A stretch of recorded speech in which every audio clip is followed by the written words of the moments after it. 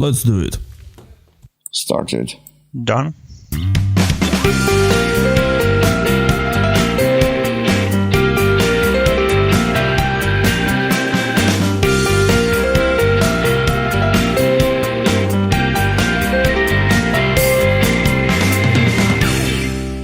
Hi all, it's February of 2020 and you are listening to linkmeup podcast, episode number 84. If you guys didn't believe us, you'll see we are going to speak English for next couple of hours, and here we are for hosts for today's show. Alex Snake, Alexander Mamons, Roman Grushinov, and Marat Eukuriot. Hi guys. Today's topic is DNS over HTTPS. We will discuss motivation for DOH, its use cases, pros and cons, and so on. And we are glad to have here our guest, the DNS guy, Paul Vixie. Hi, Paul. Hello, and thank you for inviting me to this. And Alexander Lyamin, CTO and founder of Curator Labs. Hi, Alex. I'm not CTO, but anyway, hi guys. Thank you for the invitation. Okay. So guys, could you introduce yourself to our listeners? And Paul, let's start with you. It's our pleasure to have a chance to meet you here. We are not used to talk to people who has a page in Wikipedia. How did you become such a devoted to DNS person? Wow. How much time have you got? No, let me just tell the story. I've been fascinated with computers ever since I found out about them, which would be about 1976. So if you remember the old teletype Model 33s that printed on rolls of paper at 10 characters per second, uppercase only, that's how I began as a schoolboy. And I continued with that as computers got better.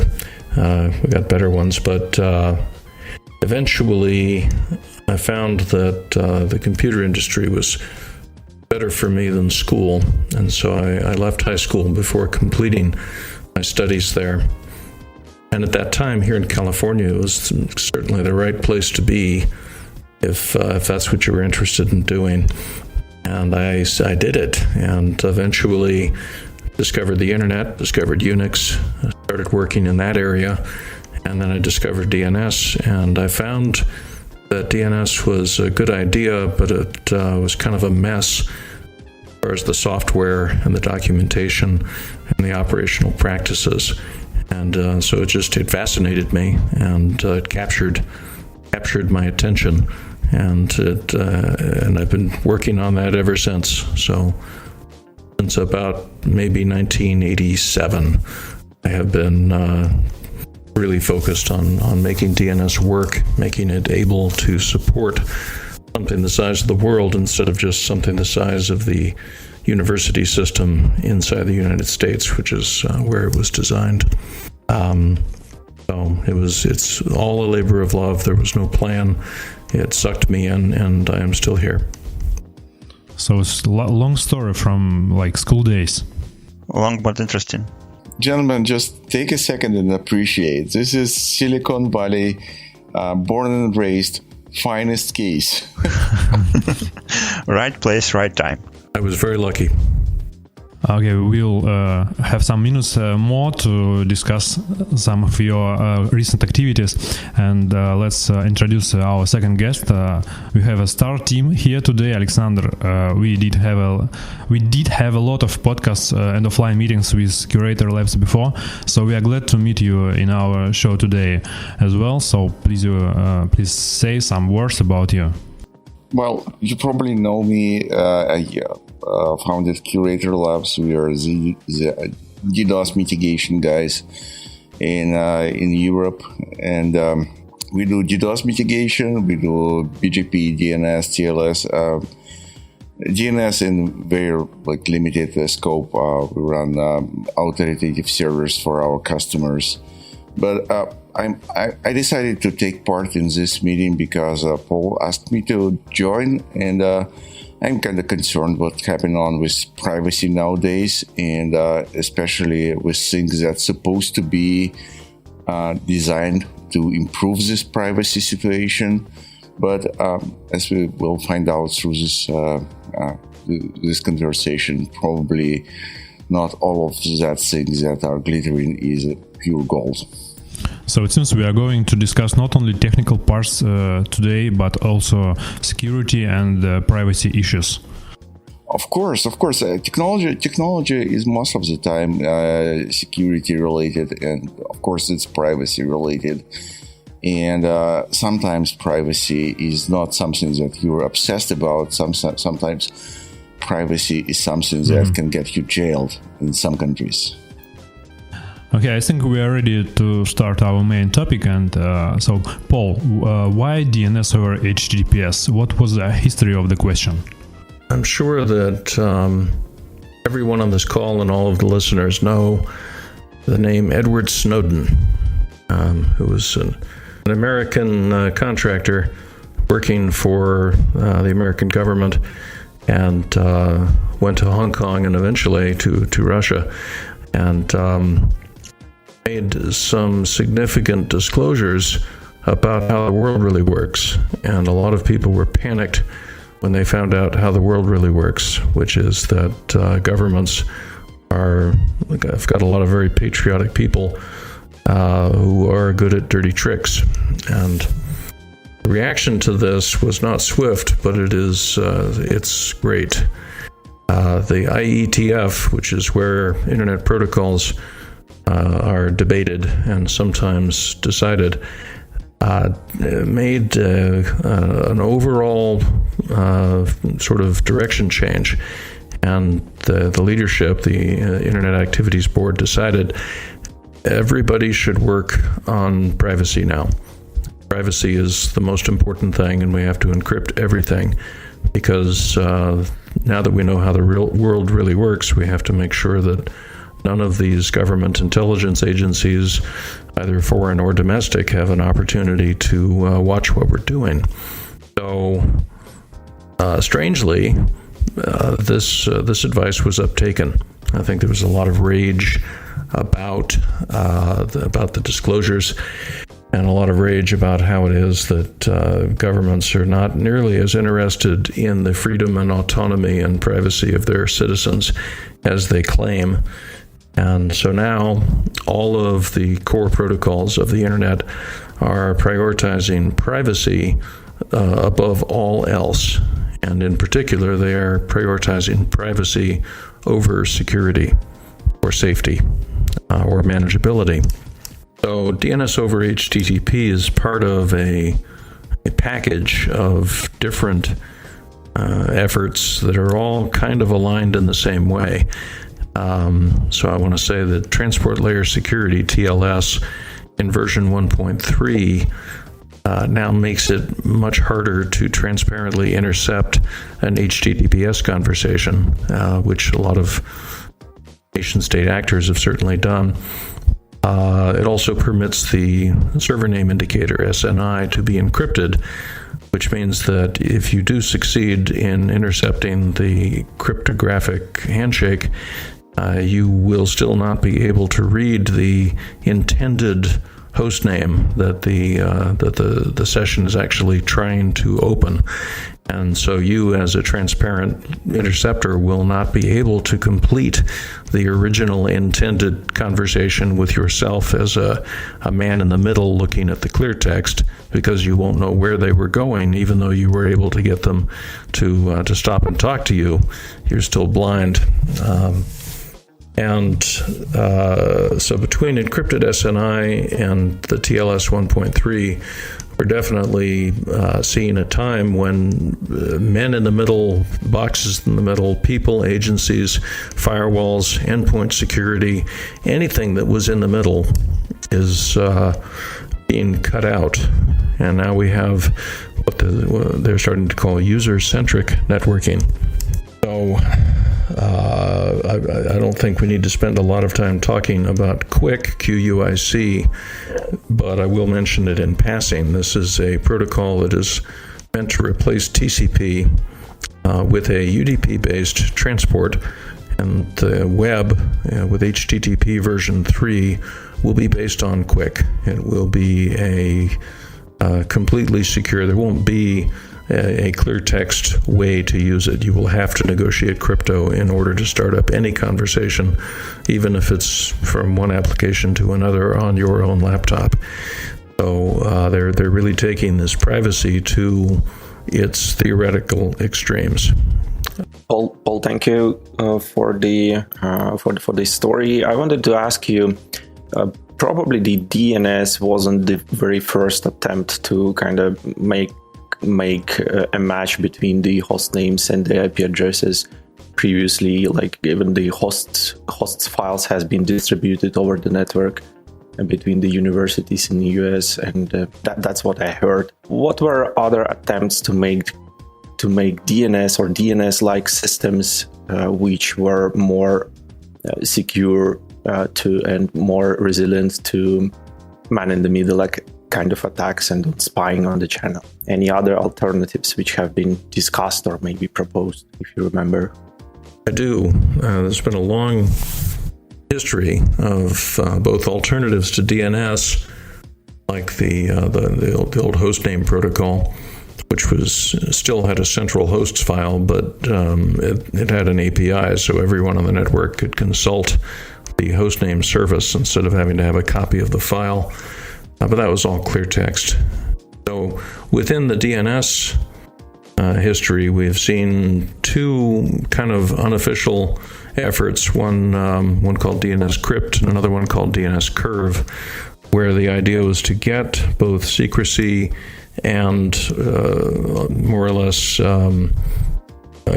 guarantee of integrity as to who you were talking to, but these were only used from the client, like your laptop, for example, toward the recursive name server. There was neither of these protocols was intended to be used by the recursive name server in fetching data from the authorities.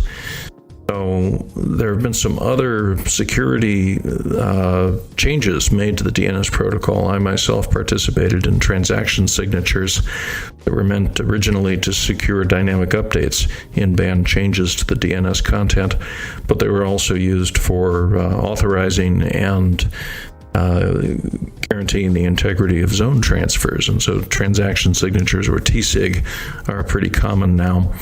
But there was no secrecy, no privacy whatsoever. It was just a matter of adding some signatures to what remained a clear text message. And we did the same thing for the integrity of authority data using DNSSEC, where we have every zone now signed with a private key, and the public key, the public portion of that private key, is lodged in the parent zone. So, for example, the .ru zone might have the public key of example.ru, which is signed with a private key. And that, again, is only meant to guarantee integrity. It had no privacy features at all. And the reason is that if you're putting something in the DNS, it's public information, and maybe no one knows it if they don't know what the right question to ask. But if they ask the question, then they're going to learn public information. So we never saw much point in encrypting the data. And it really was when we found out how much surveillance, or when the rest of the world found out how much surveillance was occurring by the nation-state actors and also the ISPs and a lot of other sort of middle agents, that it was decided, those early efforts like DNS Crypt, DNS Curve, were probably on the right track, and we do actually need to hide all of our naming, because although it's public information, the fact that we wanted to see it is not public information, and we want to hide the access even though the data itself remains public.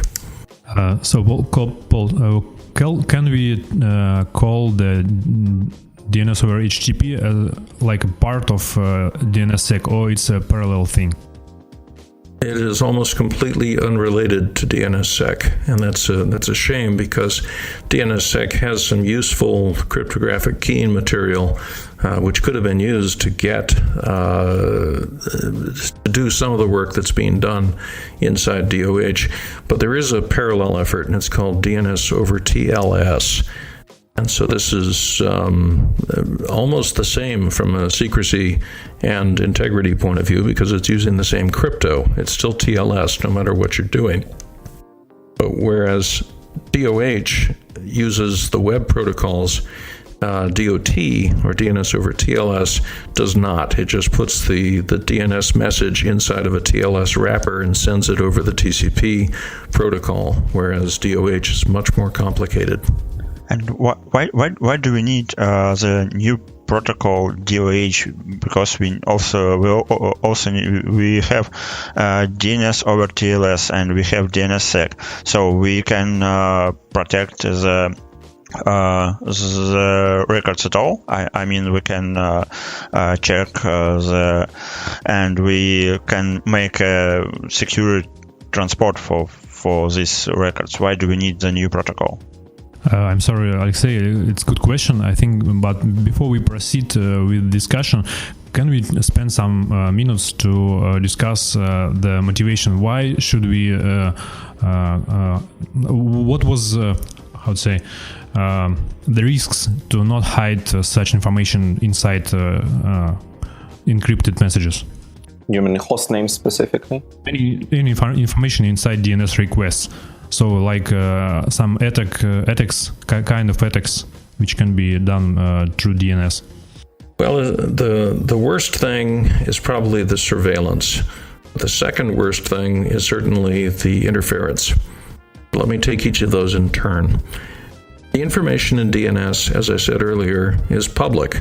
If you know what question to ask, you can learn anything that's in the DNS. It isn't, you don't put it in the DNS unless you intend it to be public information. However, the fact that some person, let's say me, is asking a certain question at some time is not public information. That is very much my personal information. If I happen to be looking up, I don't know, some information about a certain political party or a certain religious organization or a certain government organization or whatever, then the fact that I was interested in that might be of interest to law enforcement or to national security or to commercial entities who might want to look at what I'm looking at in order to then figure out what I'm likely to buy. So there's a lot of interest in knowing what other people are doing, and looking at the DNS questions that I'm asking is one of the ways to find out what I'm doing and what I'm interested in doing. So that type of surveillance does violate the privacy of everyone who is thus monitored. And so that's the worst part, is simply not being able to use the net kind of in peace and, at your own pace and with no consequences. And then the second thing that happens, besides, we're looking up information about new motorcycles, and so all of a sudden, everywhere you go, you see web ads. Everywhere on the web that you go, you see ads for motorcycles. Well, how could they know I was doing that except while I was looking at motorcycle websites? And so maybe they looked at my DNS queries and said, hey, he's going to buy a motorcycle, let's send him some ads. That's one problem. But then another problem is if you look something up and you do not receive the true answer because your ISP or your National Intelligence Service or some other actor who is on path, they're in the path between you and the answer you'd like to get, they say, I don't want Paul to have that answer. I don't want him to be able to get the truth there. I want to send him something else. Now, in the trivial example, let's say you're Alexander Lyman, you're looking up motorcycles, but you can't spell, and so you ask for the wrong website because you thought it was spelled a certain way, but it's really spelled a different way. But you might like to get an error message. Alexander would almost certainly like to know, hey, I just typed the wrong thing. I got a 404. I got some kind of an error message. I better fix what I did and try it again. But there are a lot of other people on the net who don't want that to happen. And if you type the wrong name, they want to try to guess what name you were really trying to reach and then send you guessed it, to a web server full of advertisements for products related to the thing they thought you were trying to get to. This is, in many cases, it's all about money. In other cases, it's about political oppression. But those are the two risks, the surveillance risk and the filtering risk that everybody was trying to go after by trying to improve DNS security. Now, I was part of a number of these efforts, and I'll tell you that for DNSSEC, all we wanted to do is to make sure that if interference occurred, that you would know that interference had occurred and you would know to reject the answer because it didn't come from the authority server. So a very simple sounding problem. It took us 23 years to develop the solution to it, but it works. But what it doesn't do is hide your intent. So with DNS over TLS, which is another effort that I was involved in, we decided, okay, so now we know how to get authentic answers whose integrity we can validate, but let's make it so that no one can see that answer or the question that led to it. And so it was a very simple way to just put DNS into TLS and keep anyone from being able to see what we were doing. So those two solutions, DNSSEC and DNS over TLS, were, in my opinion, adequate to the problem of guaranteeing the integrity and then guaranteeing the secrecy of our DNS activities. And so we have both DNSSEC and DNS over TLS.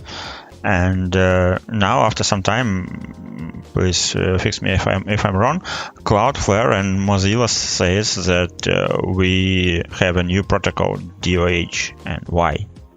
So DOH came about after DNSSEC and after DNS over TLS because there was one part of the problem space that Mozilla and Cloudflare and others saw that are beyond the simple matter of integrity and secrecy.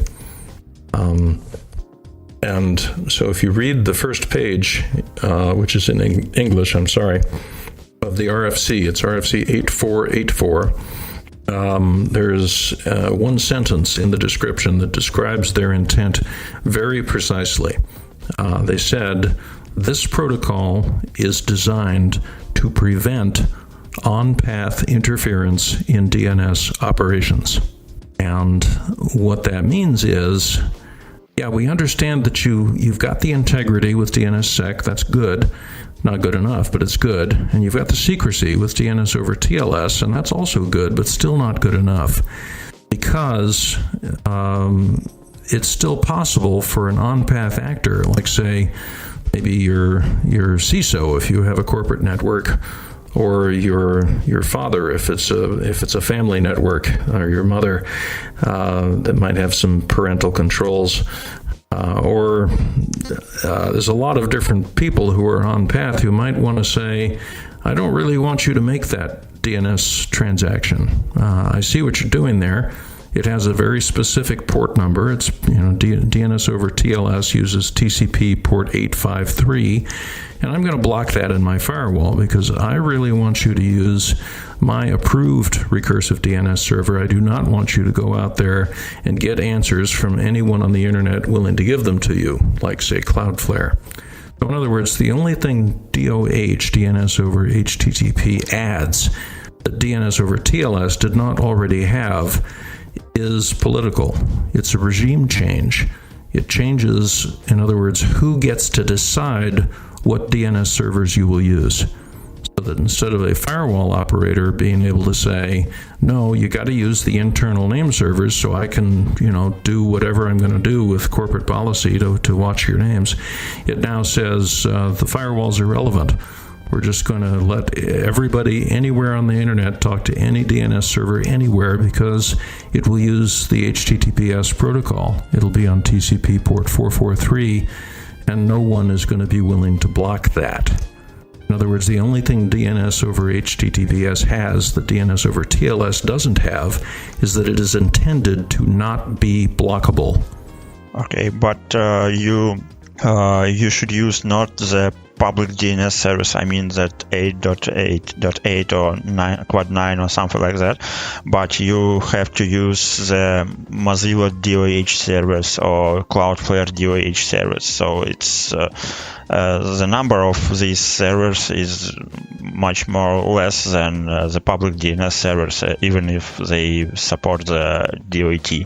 I know it might seem that way because of marketing, but actually the so-called public servers like Google's and Cisco's for the Umbrella or OpenDNS service, or Cloudflare with their 1.1 service, or IBM with their 9.9 service, all of them also support DOH, because all of them have their own reasons for wanting to see your traffic, and they don't want you to not be able to send that traffic. In other words, if you want to use DOH, you will find that everybody is willing to speak DOH to you because they want your traffic.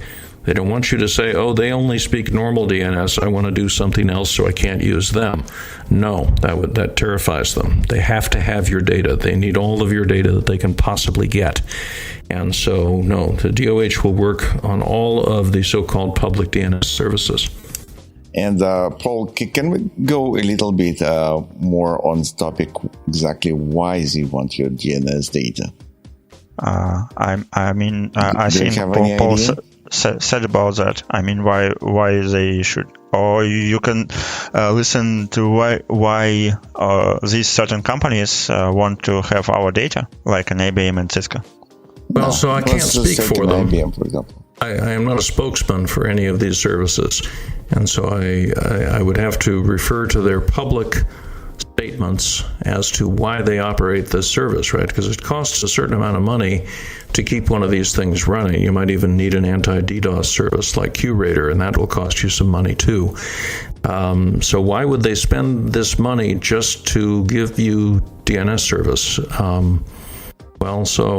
Their public statements are unclear. Google was the first to really do this in a big way. I know OpenDNS was first, but they weren't as big as 8.8. And Google's reason is simply that their whole business depends on the internet working well, and DNS often does not work well. And so they increase the safety of all of their revenue flows by making sure that everybody has access to unfiltered DNS. And I have no reason to doubt them. That's a perfectly valid way to improve their business conditions. The others have each made various statements about, like in the 9.9 case, they say they want to make the internet safer, but they do make the data available to the security industry under certain conditions, which I think include payment. So I think they're actually using this as a fundraising opportunity. And with 1.1, they do no filtering. And they've made a claim that they don't log any of the data, that they don't do anything that they're not in the surveillance business. On the other hand, they have never explained why they had to create 1.1 in a world that already had 8.8. They have not said that Cisco was inadequate in any way. So they really haven't justified, Cloudflare has not really justified their reason for investment in DOH or in the 1.1 service. But I would point you at the various company web pages that talk about the service, because maybe you can figure out why they're doing it. I, in most cases, can't. But the investment they're making doesn't make a lot of sense.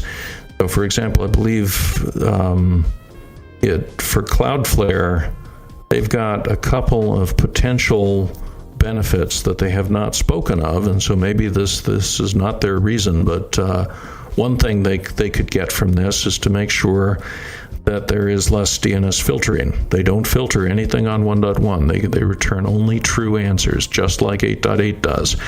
But Cloudflare is responsible for between 30% and 60% of all of the intellectual property theft that occurs on the internet, according to a European Commission report from last year. And there are plenty of services that will filter the names of intellectual property theft or pirate websites, pirate music, pirate movies. But if you don't filter on the name, then you cannot filter on the IP, because Cloudflare only uses one IP for all of their customers. So it would be in Cloudflare's best interest to make sure that there was more unfiltered DNS service available, so that fewer people would use filtered DNS services that might pick and choose which of Cloudflare's customers are allowed to be reached. It's also possible that both Google and Cloudflare want to run this service because they want to deprive the ISPs of the world from being able to see what the customers are looking at. In other words, Cloudflare probably really doesn't care what you look up. They're not going to try and use it to target advertising or anything else, but they want to make sure that ISPs also can't do that. And so by diluting the total available DNS service for the world with this thing that doesn't do any monitoring or any controls, they are trying to maybe keep the ISPs from entering the advertising business. I know that Comcast went so far as to sue Google for their DOH service, and that was the accusation Comcast made, was that Google is an advertiser and they're trying to prevent us from being able to data mine these DNS flows. Personally, I don't think that was their best possible argument, but that's what they said. So it's a fascinating topic, but very speculative. Yeah, I also failed to parse real purpose of 1.1.1.1, but also at the same time, I was fascinated with the amount of advertisement and marketing resources were put to propagate usage of this service. It was just immense. And in the same time, as I have a proposition just for pure exercise. Take your cell phone, connect it to your Wi-Fi point, and run a TCP dump, dumping all the requests DNS requests that your cell phone does in the first few minutes of connection into said Wi-Fi point, and make your own conclusions from that. But anyway, I implore you to use to do the following exercise: connect your cell phone to your Wi-Fi point and dump all the DNS requests that your phone does in the first 5 minutes of said connection. Repeat this experiment a couple of times and make your own conclusions. That's very simple. I think we will see a lot of interesting things. But guys, all these threads, they are all about the end users, I mean the home users. But what about the threads for the companies, for the enterprise? I think that before this question, we have to ask one more question to clear the one more question, that DOH is not a system-wide protocol. It's the protocol from your browser or application. Every application can choose their own DOH server and ask this server to DNS request only for this application. I think it's more important point in this speech, in this topic. Well, I would like to correct you a little bit. There is you need to add just yet. It's not a system-wide. But yeah, I believe the whole story of DOH is started at one of the IETF hackathons. And it's been this hacked protocol since then. So starting from early implementations to current implementation, it's pretty much hacked version of a protocol. It's not complete by any means. Well, this is Vixie, and let me just jump into one of the side issues of that question. So DOH right now is intended as a last mile protocol from some client, which could be any application, who wishes to bypass the operating system and the local network and any naming related features that the operating system might have, and just simply do its own thing, go out into the open internet, as you say, pick whatever name server it wants to use, which I predict for IoT is usually going to be picking the name server that belongs to the company who made the IoT device.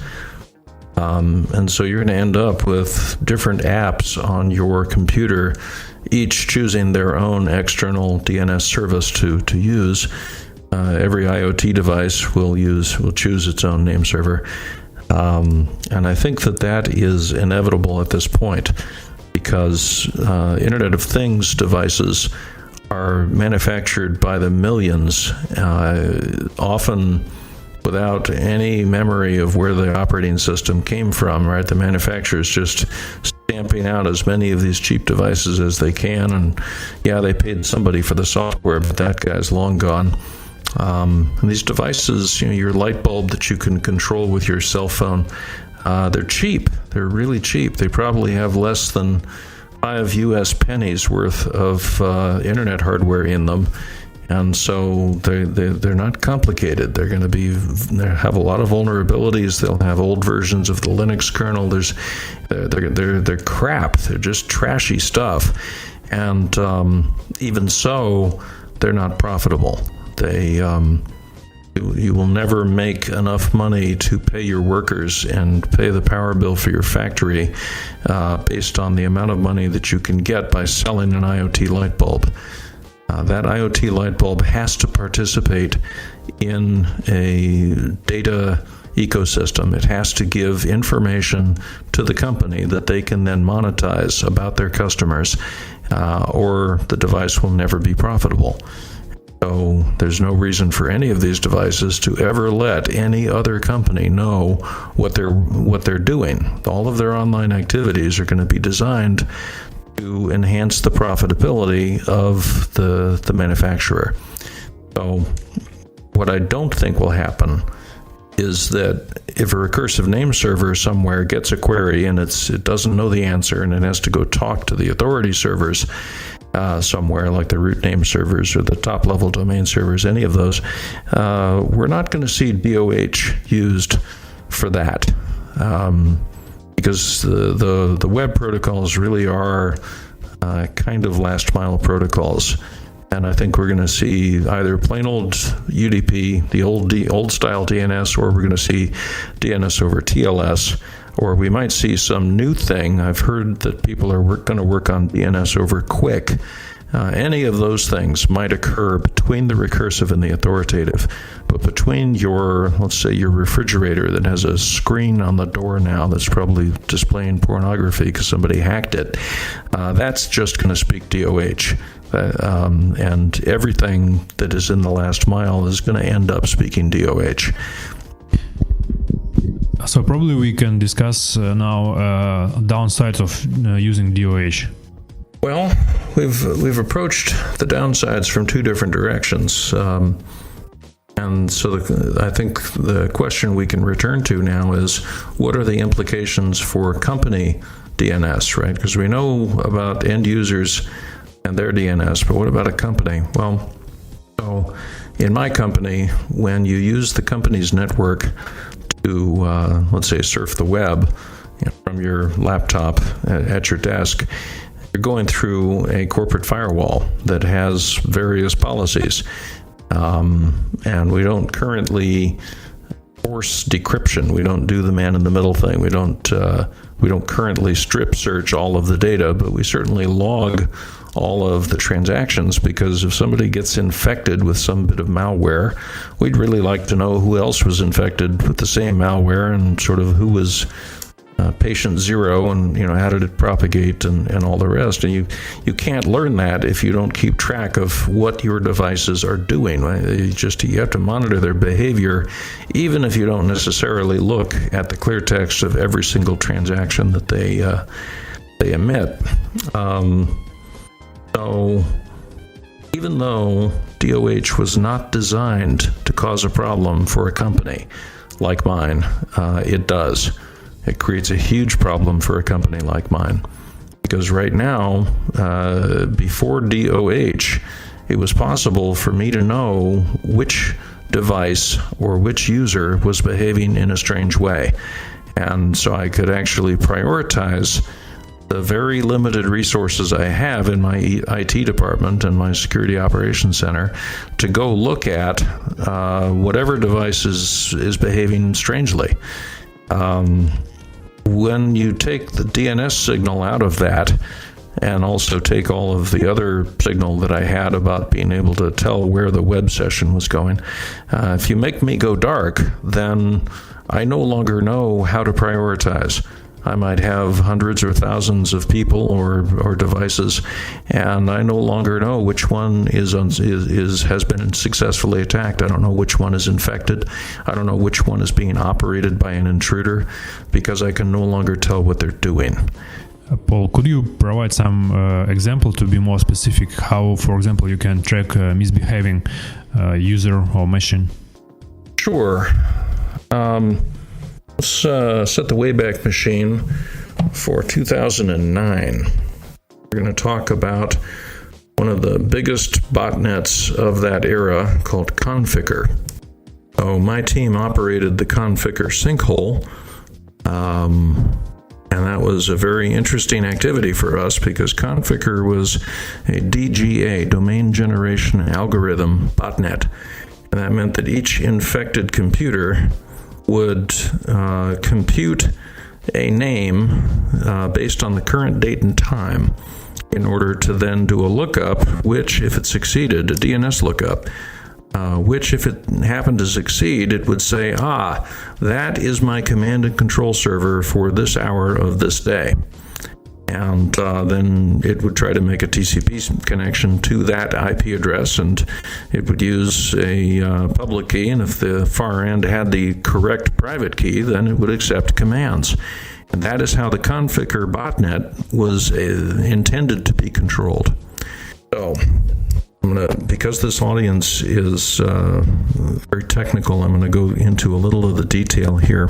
Yeah, sure.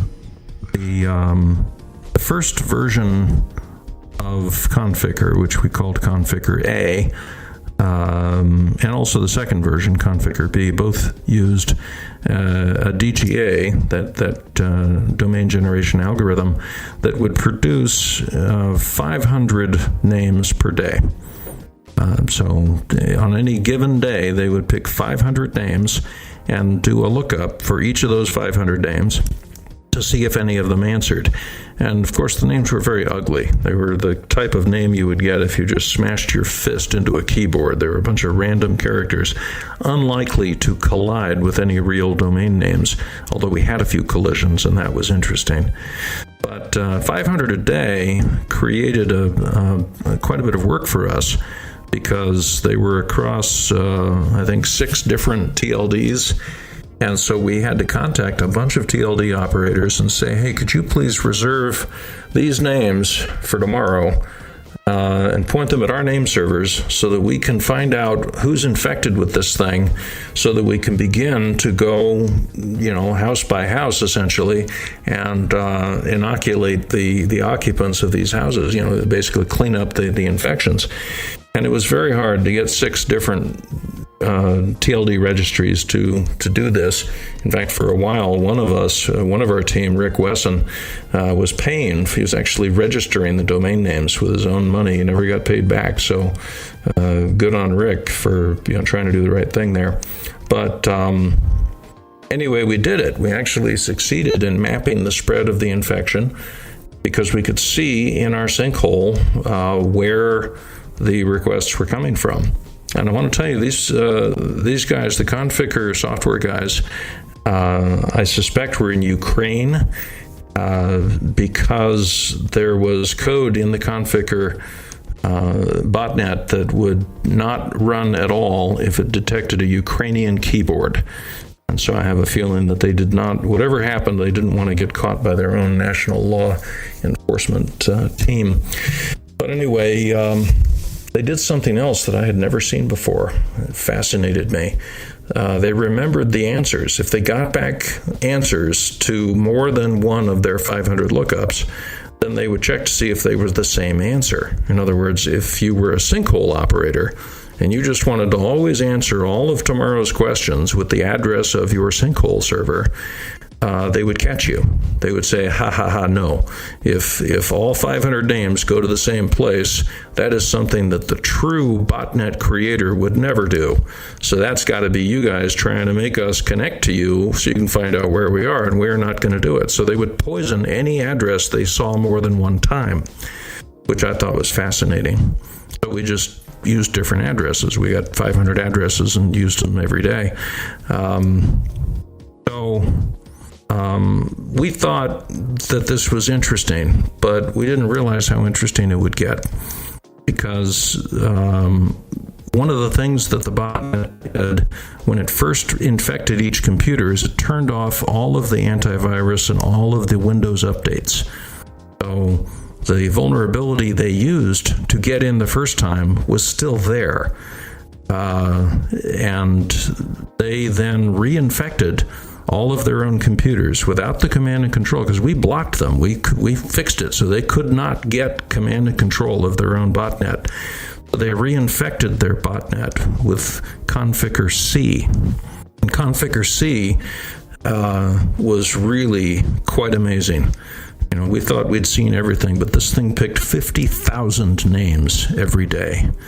And it did it over 110 different top-level domains and 116 different second-level names within those top-level names. And they obviously they were playing chess with us, and they saw that we had beat them at the 500 name per day game, and they said, we see what you did there. 500 names was not enough. Let's see how you do with 50,000.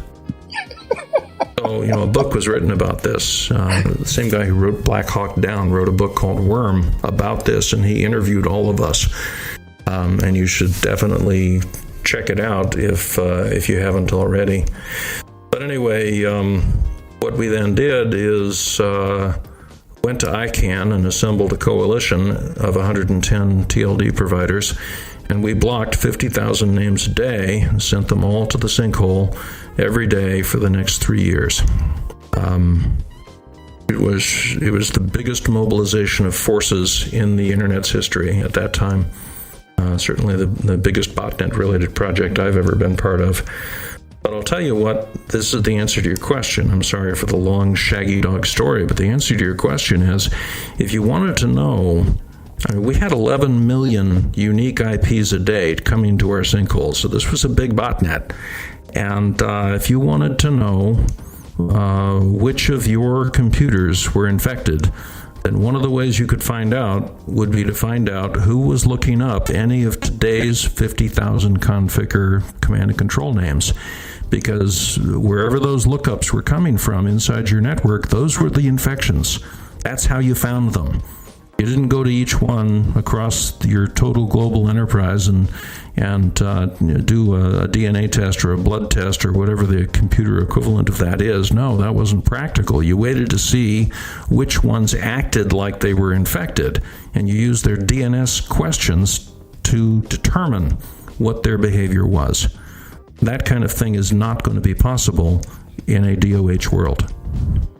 It's an intriguing story. It reminds me, the Catch Me If You Can. Yes. Or something from the time of Kevin Mitnick. Yes. So now with the DOH, you're almost impossible to find out such misbehaving missions, right? Well, yes, but remember there's two parts to this. There's the surveillance and there's the control. Because the other thing people would like to do is to, let's say they don't have 50,000 people to go, or however many people it would take to go clear the infections. They want to make sure that the command and control server becomes unreachable. So a lot of enterprises started using our DNS firewall system, the Response Policy Zone system, which is open source, and everybody should look into it. To tell their own local enterprise name servers, by the way, if you get any questions for these 50,000 names, return NX domain, or even maybe return the address of an internal honeypot inside the enterprise, or something like that. And that way they could both keep track of what was infected in case they had time to fix it, but they could also prevent any of them from successfully reaching their command and control nodes, which would then cause their corporate network to then participate in DDoSes and spam relay and all the other things that botnets do. So it was, this is surveillance. Absolutely, it is surveillance and control. It's filtering. It's surveillance and control. It's the two things that everybody who's enraged about Edward Snowden is angry about, except in this case, it's a company doing this to themselves, doing this to their own devices on a network they own, devices they own, operated by employees that they have a contract with. So it's hard to say that surveillance and control are a universally bad thing. Yes, I don't like it when it happens from an authoritarian government, but it's something that I do every day inside my own company. And so not all surveillance and control is bad. It's really when you're sort of doing it to somebody who isn't your customer, isn't your employee, and they're using equipment you don't own on a network you don't own, then you probably really should not do surveillance or control. But that, there's no way to tell. There's no way that let's say the Mozilla and Cloudflare people who are trying to push DOH, they can't tell whether the surveillance that they're preventing was me as a father trying to do parental controls, or me as a CEO trying to have corporate controls, or whether it was some authoritarian government trying to control their population. All of that looks the same when you're looking at the packets on the wire. So they can't give me a free pass. They have to prevent all surveillance and all control, even when it was security-related technology that I vitally need for my own private networks. Okay, but can we intercept into the DOH with man in the middle? Make your star certificate into the network and intercept it into the endpoint laptop or something like that, like it doing into the big companies or in parent control. They just make the classic man in the middle attack. This approach just became obsolete with TLS 1.3, and I am really, really enjoyed by it. A lot of people are very happy that man-in-the-middle attack is already failing for some apps, like voice-over-IP applications have already started to use TLS 1.3, and the rest of them will come soon. And so all of that man-in-the-middle stuff is about to stop working. And so if you're, let's say, visiting China and you're accustomed to, trying to use the Great Firewall of China, and all you really want to do is read your email, but they want you to accept their certificate, well, that technology is not going to work anymore for them. So I guess that might be a good thing if you don't like the Great Firewall of China. On the other hand, if you are, inside my company and you are operating as part of a poison supply chain, and you've taken over the AMT processor in my Intel motherboard, which has its own data path to the Ethernet chip. Isn't that great? And so you've taken over this ancient 20-year-old Linux image that's on the second CPU inside my Pentium, and you're now using TLS 1.3, then I'm not going to catch you. So I'm not as happy about the second case as I am about the first case. But Paul, don't you think that it's this built-in strive to total control that spoils everything? Because to begin with, this Intel idea of management module, which you just mentioned, it came out of the will to control, and they will to control for whatever good reasons there are is a problem for you. And the same is with DNS and all those other things. Because as soon as we have this red button of control, people will grasp for it with all the power, all the time, all the resources they will try to reach for this control. So aren't we better off if we just resign ourselves from the idea of total control and we intentionally build protocols without control, without this red button?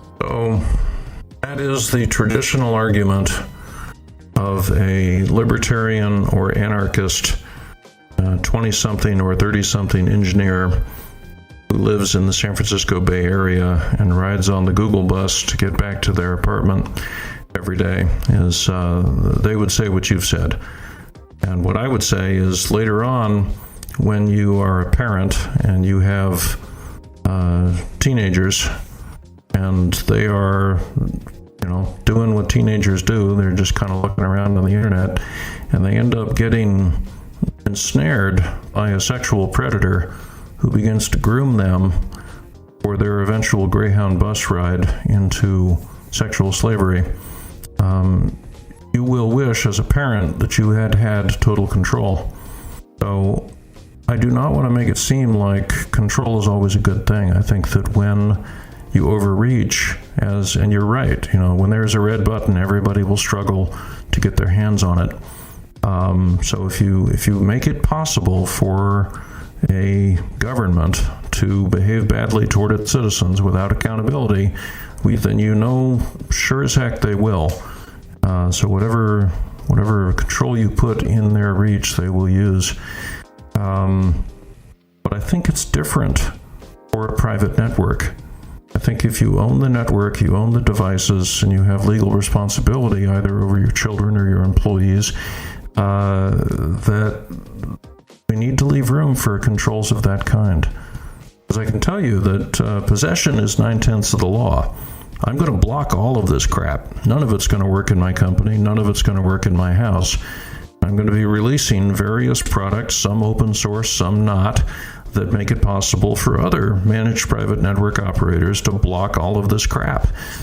And I can also tell you that the Great Firewall of China isn't going away. If the only way that the Central Committee of the Chinese Communist Party can keep people from talking about Tiananmen Square and Taiwan is to make the internet even harder to use, that's what they will do.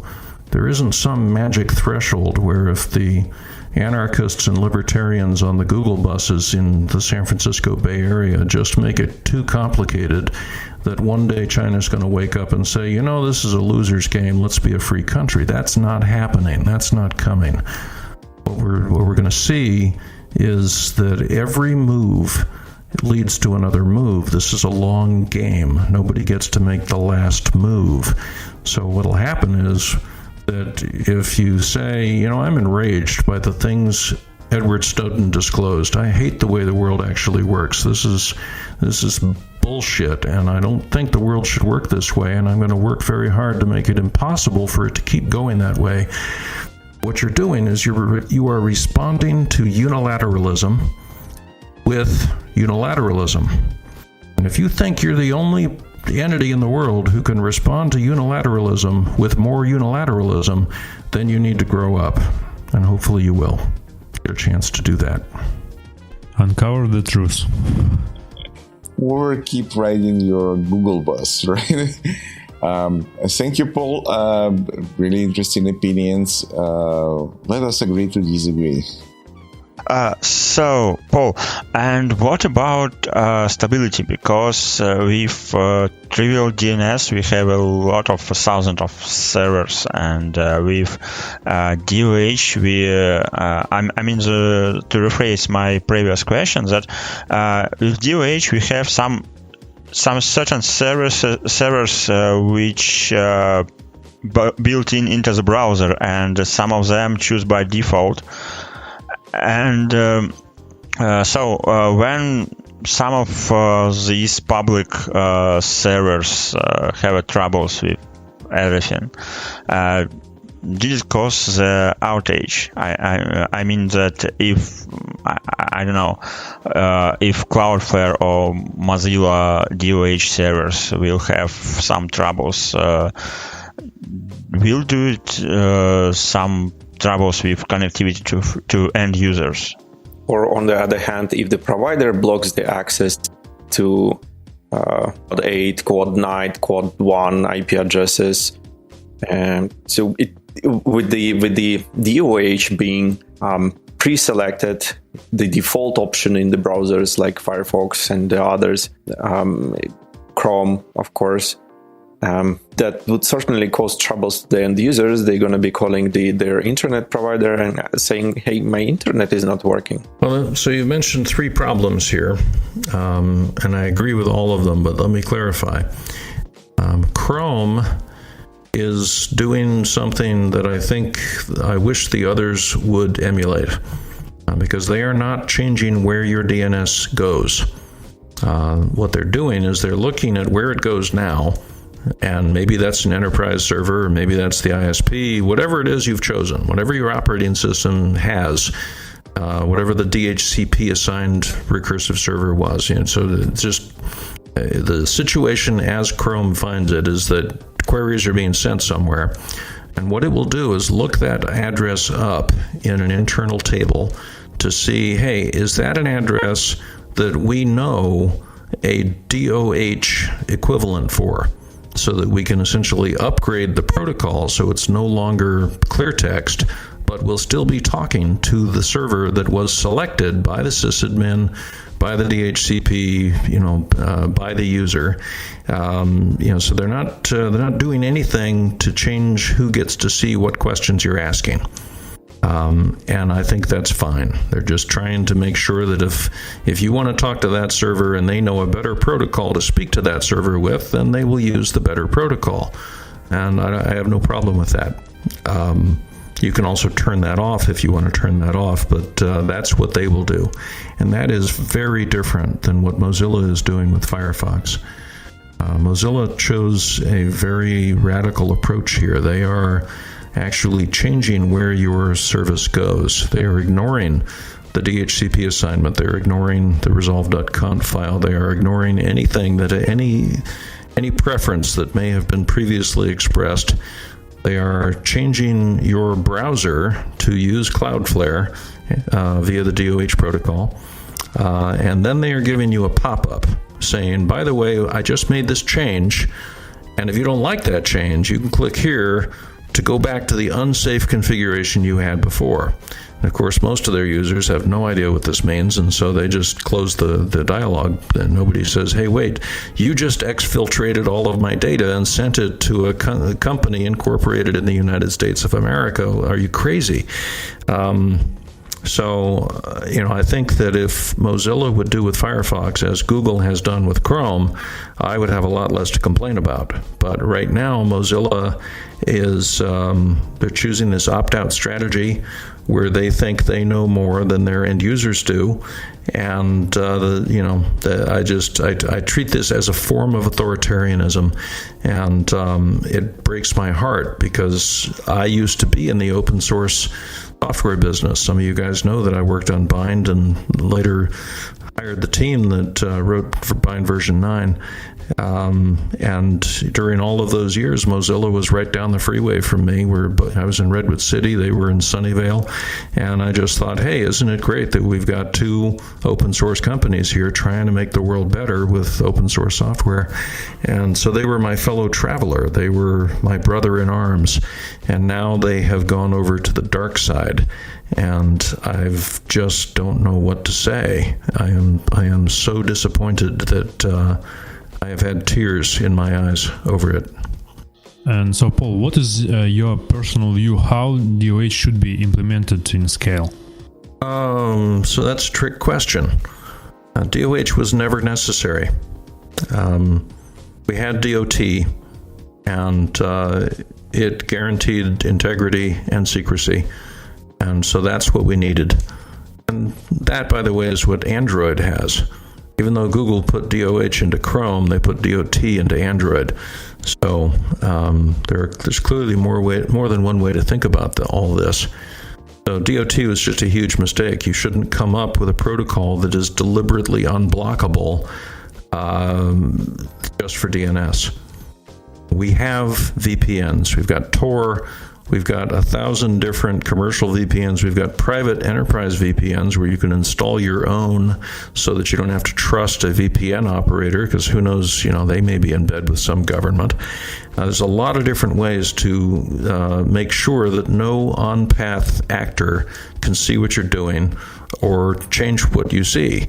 And those are good. And those are good enough. And I got to say that if what you do instead is say, I don't need a VPN, all I need is DOH. I just want to encrypt my DNS queries, and then the rest will take care of itself. Well, you're wrong.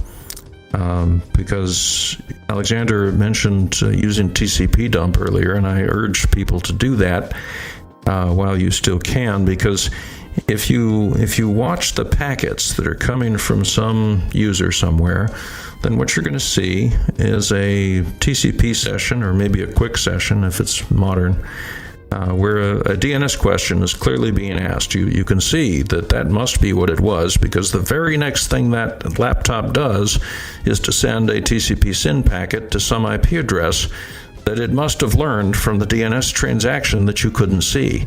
So you didn't see what question they asked, you didn't see what answer they got, but you see what they did next, which you would not see if they were using a VPN. But because you're only using DOE and nothing else is particularly secret, then the people who are on path, the ones who want to do surveillance, the ones who are authoritarians who want to put you in jail for what you're thinking, they'll know what answer you must have gotten by what you do next. And a little bit of data science will tell them what question you must have asked in order to have gotten that answer. And so you didn't actually get any additional safety. You got the false impression that you were safe, which is much worse than being unsafe and knowing it, but you got nothing. So DOH is, your question. It's a trick question. When you ask me what's the right way to deploy DOH, it's DOT. Because if you need more protection than DOT offers, then you need a VPN. DOH is not the answer. So it sounds like DOH is a bit an evil. So nobody that I have ever thought was evil agreed with me, right? No one is a villain in their own eyes. So I think it's a huge mistake. I think it's naive. I think the collateral damage is going to be tremendous. And I think that the regrets that everybody's going to have when they see the world this leads to are going to be heartbreaking. But I don't think that anybody intended harm. I think that the people who are pushing this technology legitimately believe that this is going to make somebody's life better, that this is going to add to the freedom in the world. I remember a couple of cases in human history which started like this. The road to hell is paved with good intentions. And I know that the people who are doing this have good heart, and they're not idiots, and they mean well. But they're not in the security field. They don't know what I know, which is that nothing which can be abused will not be abused. And by the time they know it, it's going to be too late. We're going to be in the world they made.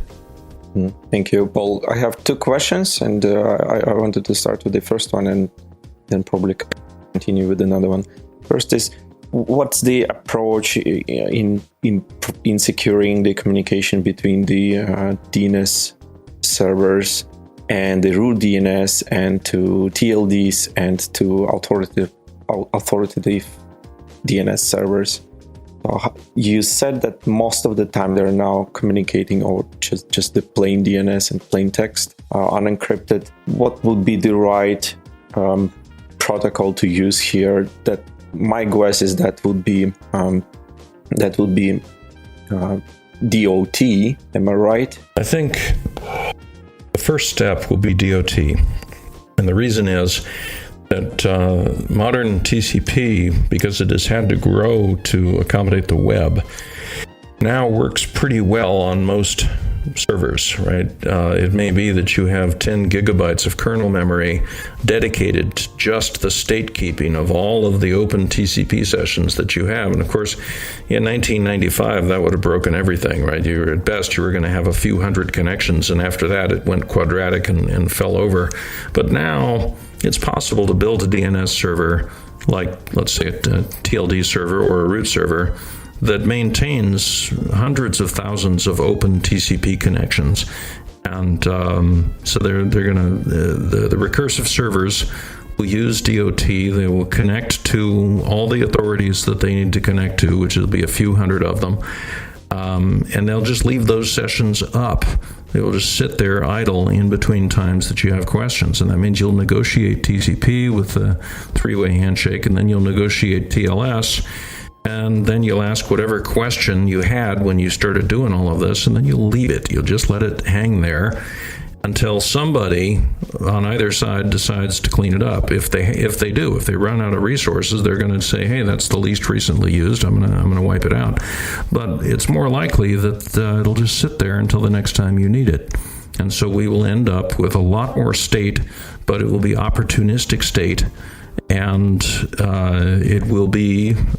we'll have total integrity, we'll have total secrecy, and behind all of that, we'll have DNSSEC to verify the authenticity of the data that's being returned.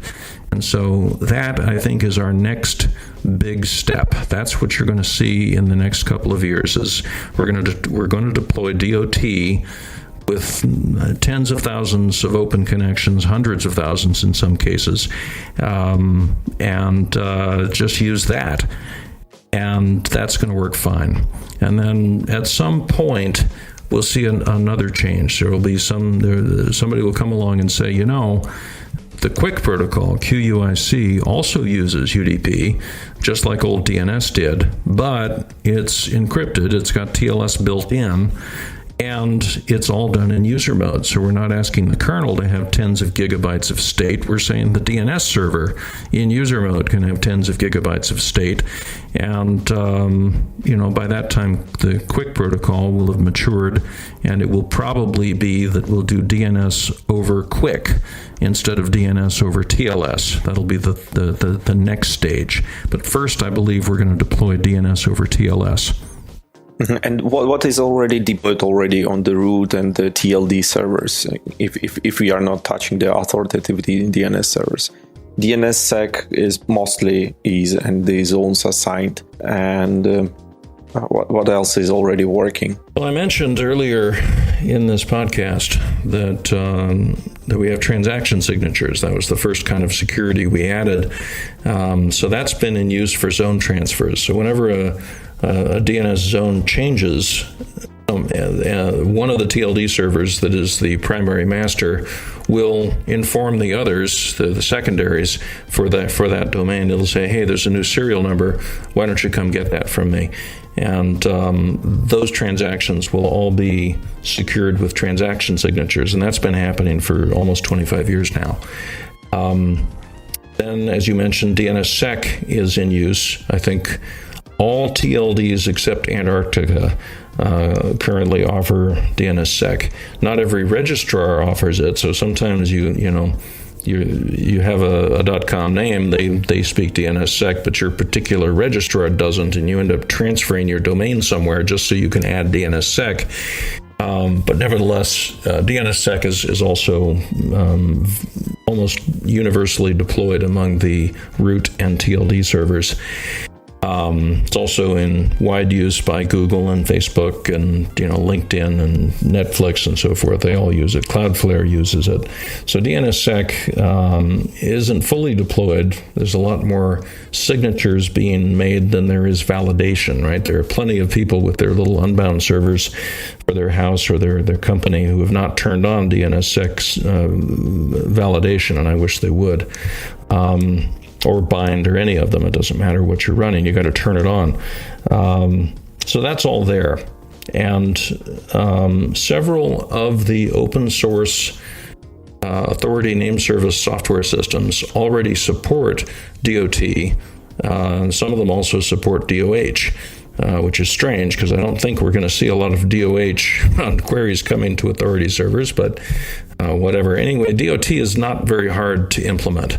Certainly on top of something that's already as complicated as bind or unbound or CNOT or power DNS. It's really, you could even do it in an Nginx server as a front end. You could put your DOT over there if you wanted to, and then let it just ask a clear text question over the loopback interface, for example.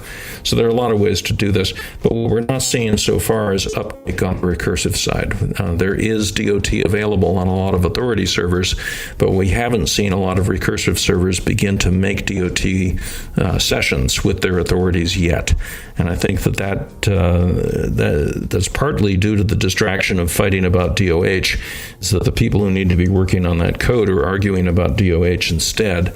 But I think it's also just a matter of, everything on the internet starts as either a chicken or an egg. And then at some point you have to create the cycle of chicken, then egg, then chicken, then egg. And we haven't hit that stride yet for DOT.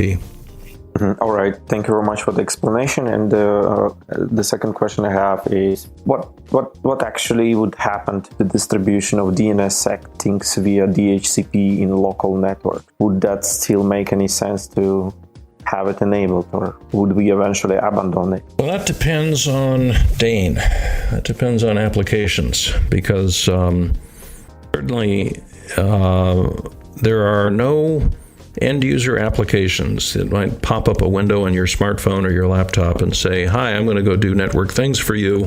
Please click the OK button to get started." And then it goes and does things that depend on DNSSEC. In other words, it's asking DNS questions where the answer is vitally important. It has to get the right answer. You will lose money to fraud if it is somehow allowed to consume a bad answer. There's nothing like that right now. There are no applications that depend on the level of integrity that you can only get with DNSSEC. However, there is a meta application that does, and that's Dane, DNSSEC Authenticated Named Entities. And so the intent of Dane originally was to replace the X509CA system, so that TLS itself, instead of relying on a file on the hard drive of your operating system that is full of a bunch of keys that you just should trust, never mind why. And so when you when you set up a TLS connection, it gives you back a certificate chain that's ultimately signed by something you trust, because it's in that file that you got from Apple or Google or Microsoft or Debian or whatever. It's a file, right? So that is a pretty terrible system, right? To have the world's e-commerce depend on some file that you get from some non-contracted entity like your browser provider is crazy talk that should never have been done. But it's what we have, and it's what HTTPS relies on today. And, the difficulty that we all have in getting the certificates that we want to use has led to even more crazy stuff like the Let's Encrypt effort, which is kind of run by Google, where you end up with a cron job that renews your certificate, and Google keeps giving you certificates that other people will trust because they trust Google's root certificate. There's a lot of moving parts. There's a lot of opportunities for wrongdoing, and we've certainly seen a lot of wrongdoing. There's been a lot of certificates that have been issued to somebody who was fraudulent. They were not actually Microsoft, but you gave them a Microsoft.com certificate, you idiot. So anyway, the X509 system is a blight on the history of e-commerce. And a number of people said, with DNSSEC, we don't need that anymore. We can actually put the hash of your TLS certificate into DNS and then sign it with your DNSSEC key, which can then be verified by checking with the DNS key of your parent zone all the way back to the root zone. So there is only one key that you have to ultimately trust, and that is the root key, which they keep in a safe in Culpeper, for West Virginia, that they had to drill a hole in today because they couldn't get the safe open. So maybe that's not a perfect solution, but it's at least in the right direction for a better solution. And so right now, today, if you're running Postfix or you're running SendMail, you can turn on Dane and you can start exchanging TLS certificates with people that you're doing the SMTPS protocol with, and actually trust them rather than just exchanging self-signed certificates or paying some certificate authority to actually sign your cert for you. So Dane is working for email, but we have not got it working. We haven't really got the web community to buy into the idea that they should add this as an additional reason to trust a TLS certificate, is that you can use DNSSEC and then you don't have to have a pop-up saying, hey, this is dangerous, don't continue, it's fraudulent, all the things that you get if you use an unsigned certificate or a self-signed certificate, don't have to show up if Dane is present. And so if we can get Dane to, if we finish covering the email spectrum with Dane, That's enough. That by itself will cause it to be that DNSSEC succeeds. And it will be that every mail server, every mail client is able to look up a DNSSEC authenticated named entity in order to trust the other end of a secure email connection. And so I have high hopes that we're going to get it. And by the way, all of this technology is pretty ugly. And we know better now, but it's been going on for 23 years. So there are things we can't fix because they're already kind of deployed. But if it turns out that, if I'm right, then SSH is also going to start using Dane. We've got some experimental forks of SSH using it, and if we get mail, we get SSH. I think we can put enough pressure on the web people to get at least some browsers to turn this on.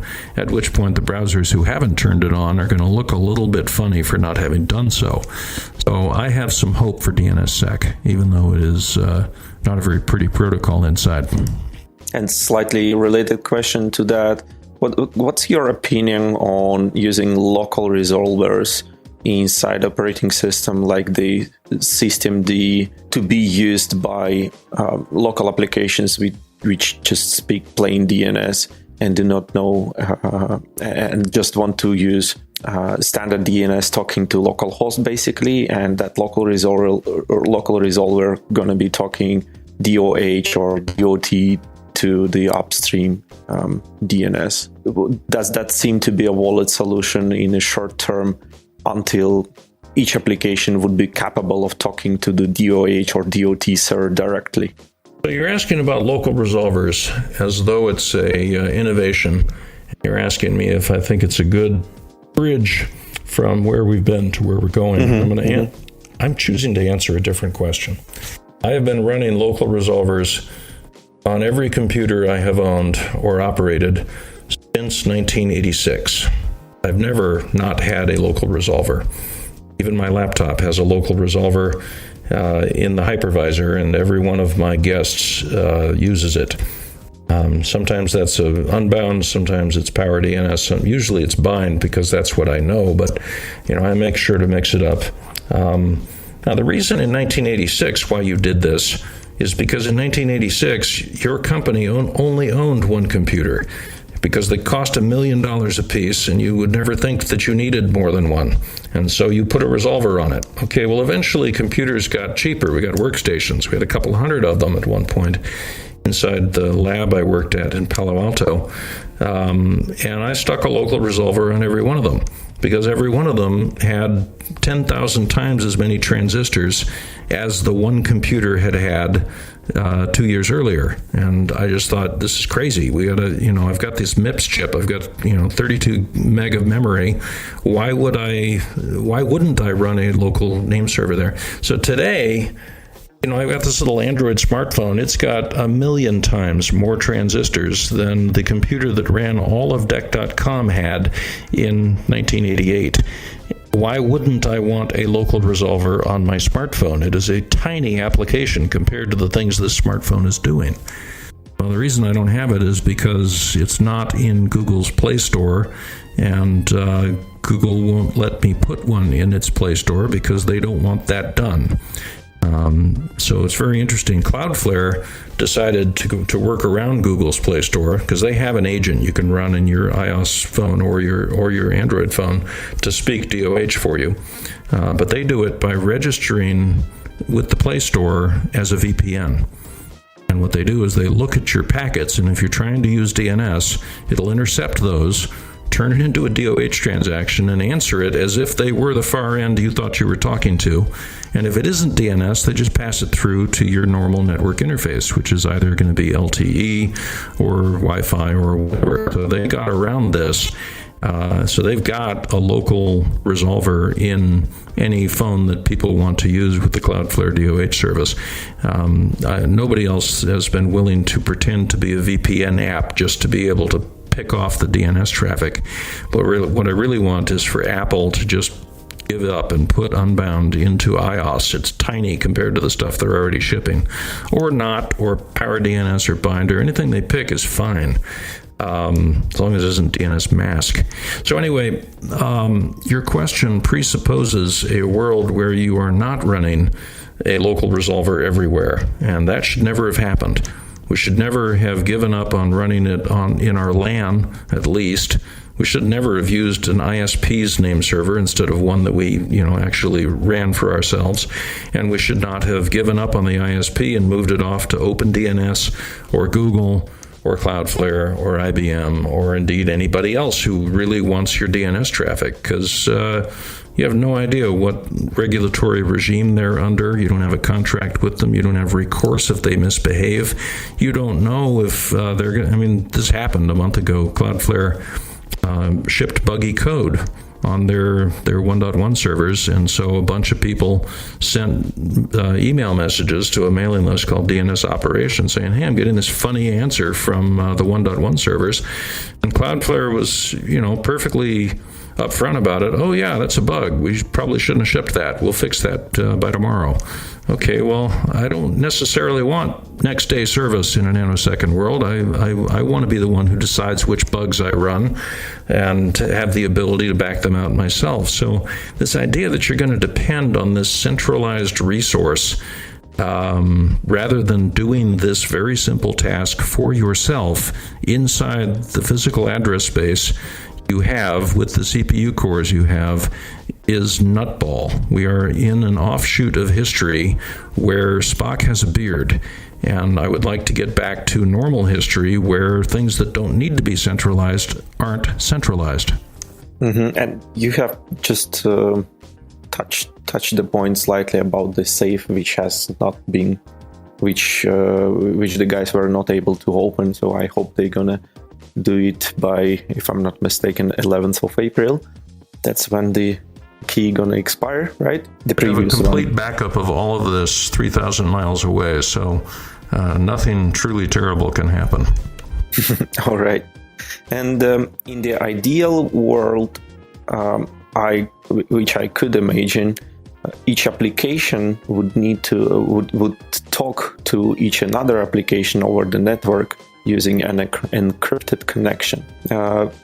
For that, I would impose the operating system to set kind of a firewall to the outgoing traffic, so that either the application talks over an encrypted connection, TLS 1.3 or anything else, and uses the secure DNS, or does not talk to the outside world at all. That's just my imagination. And what are your thoughts if that could be implemented in, I don't know, maybe in 10 years? All applications talk one to each other over the network in a secure way, and the operating system prevents those applications which can do that to talk to the network. So I like that vision. It's attractive to me. However, it seems a little bit of a stretch. And my reason for saying so is that would be true user-centric networking. That would mean that you, as the user of that device, were in total control, total command. And it is in nobody's interests that you have that kind of power.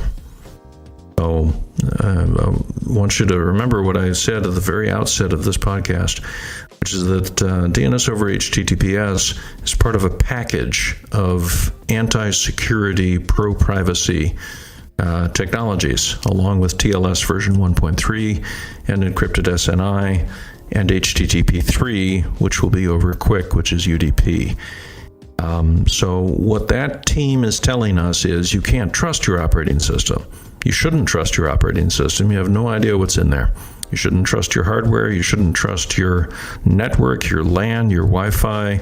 You shouldn't trust your little DSL gateway or Wi-Fi gateway or whatever ties your house or your business to the rest of the net.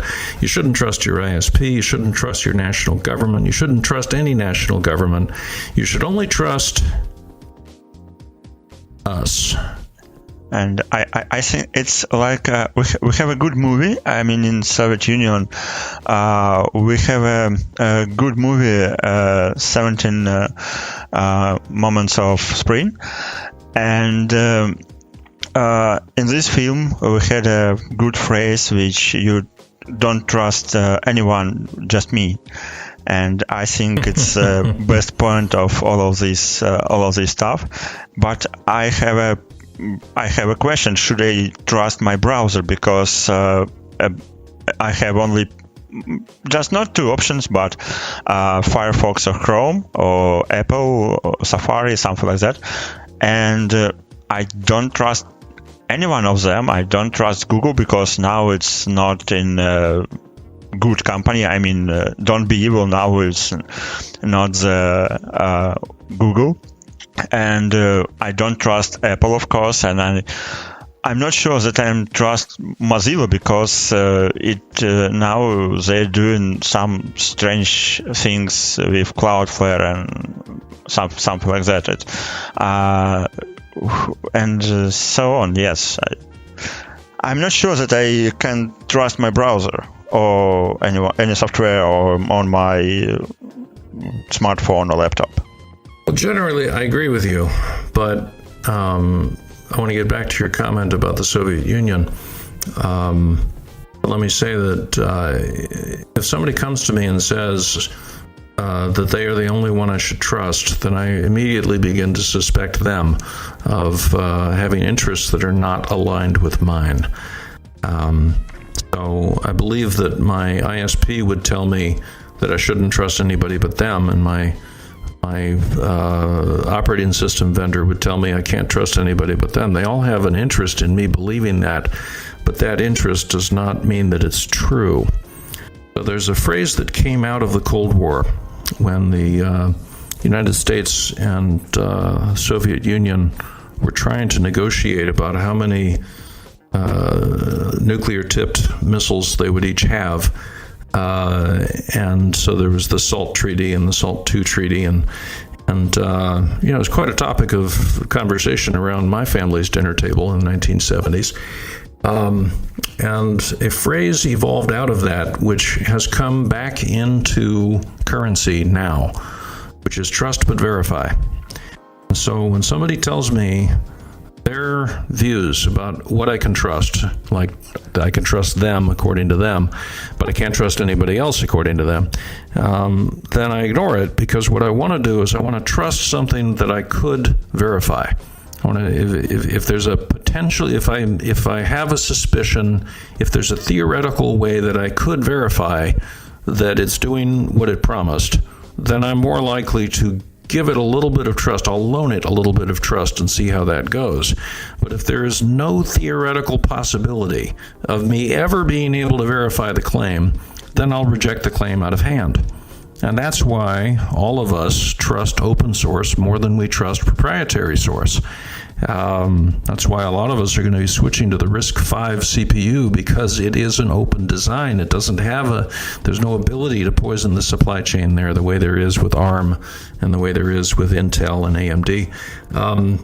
And so there's this openness that we like. And so I want to recall again what Alexander Lyman said earlier, which is look at the packets.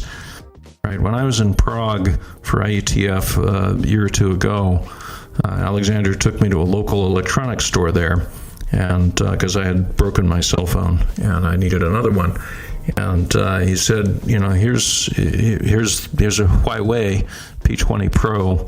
It's a very good phone. It's very cheap here. You'll have no problem. And I said, but it's Huawei. It's a Chinese company. They're, what kind of surveillance am I signing up for here? And he said, look at the packets. And I took the Huawei and I put it on my Wi-Fi, and I looked at the packets. And it turns out that Huawei is a lot more privacy respecting than Google, because I had previously had a Google Pixel phone, and Google just doesn't care. They send all kinds of stuff. Huawei sends very little stuff to its mothership, and I was shocked by this. The fact is, I was able to look at the packets in order to find out what it was doing, and that is important. And once we move to this TLS 1.3 world where the application is doing its own thing. There are no system calls. I can't look at what it's doing. There's no theoretical method by which I could verify what my browser or any app is doing, because it's now bypassing the operating system to get it done. So I want to trust that which I could verify and distrust all else. And that means I need to see the packets. And that's why I need to see the source code.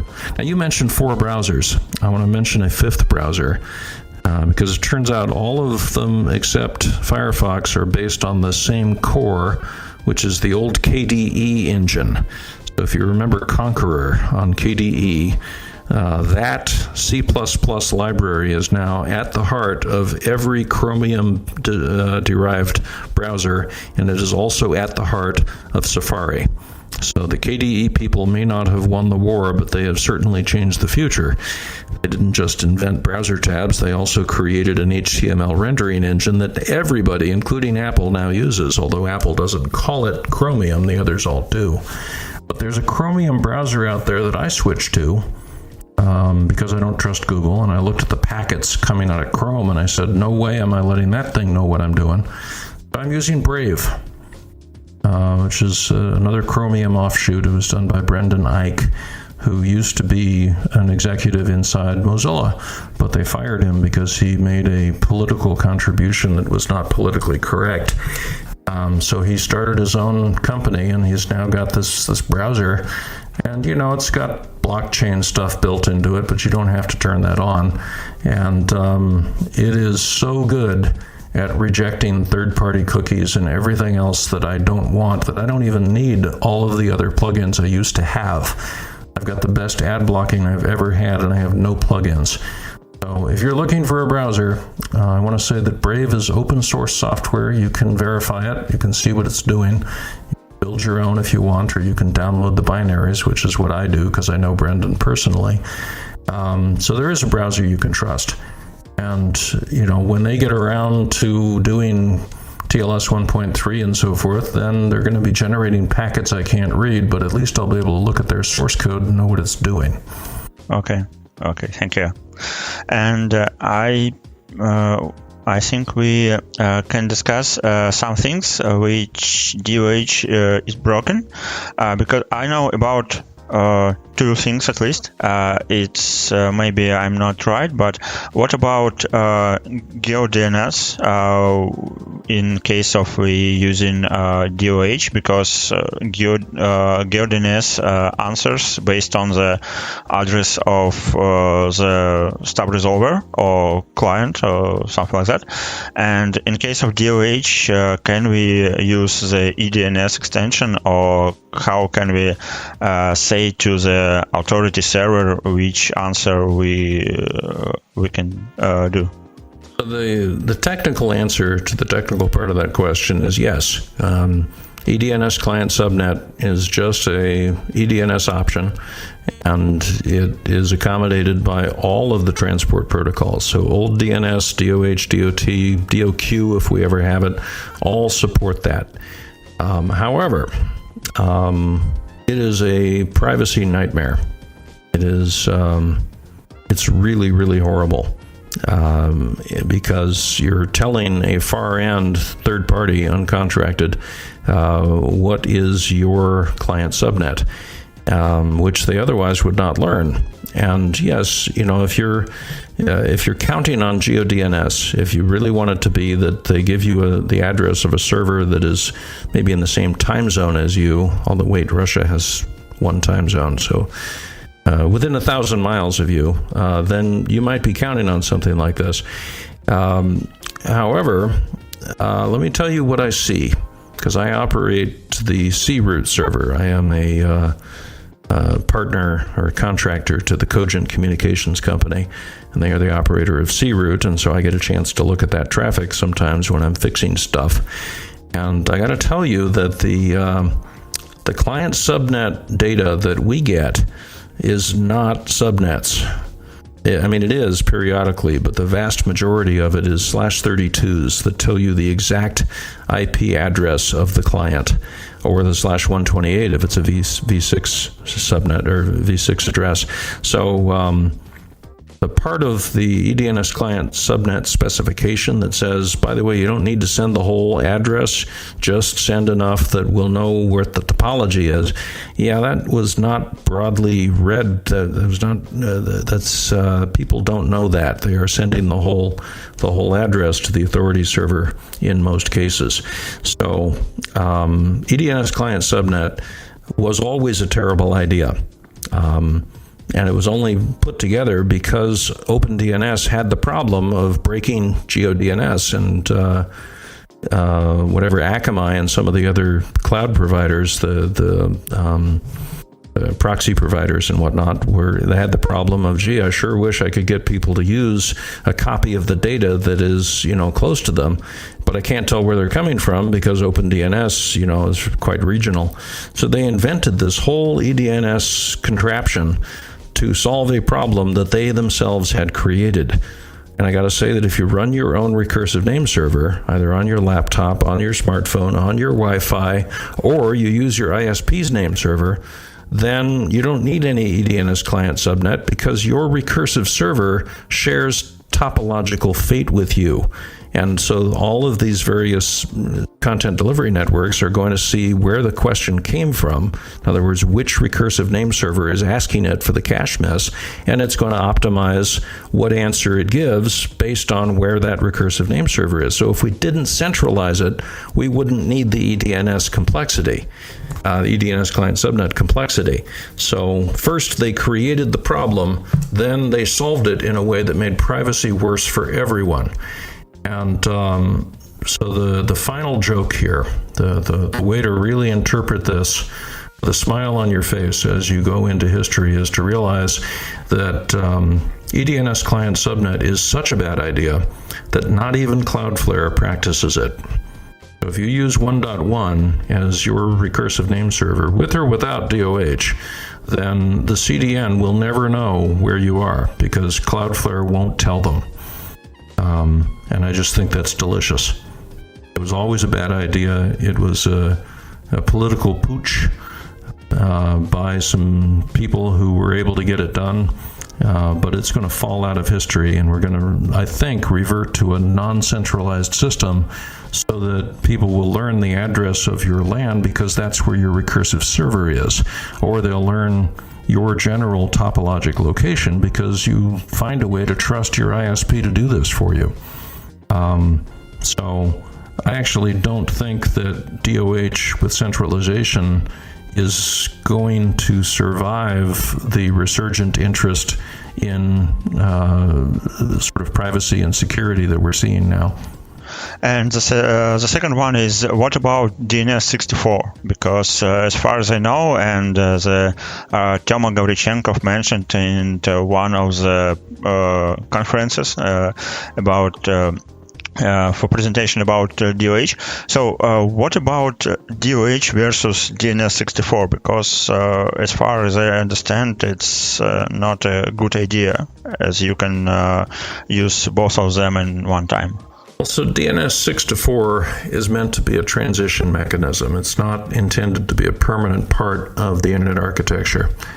The hope is that someday everything will be dual stack, or at least everything you want to talk to will be dual stack, so that if you are v6 only, you can still get your work done.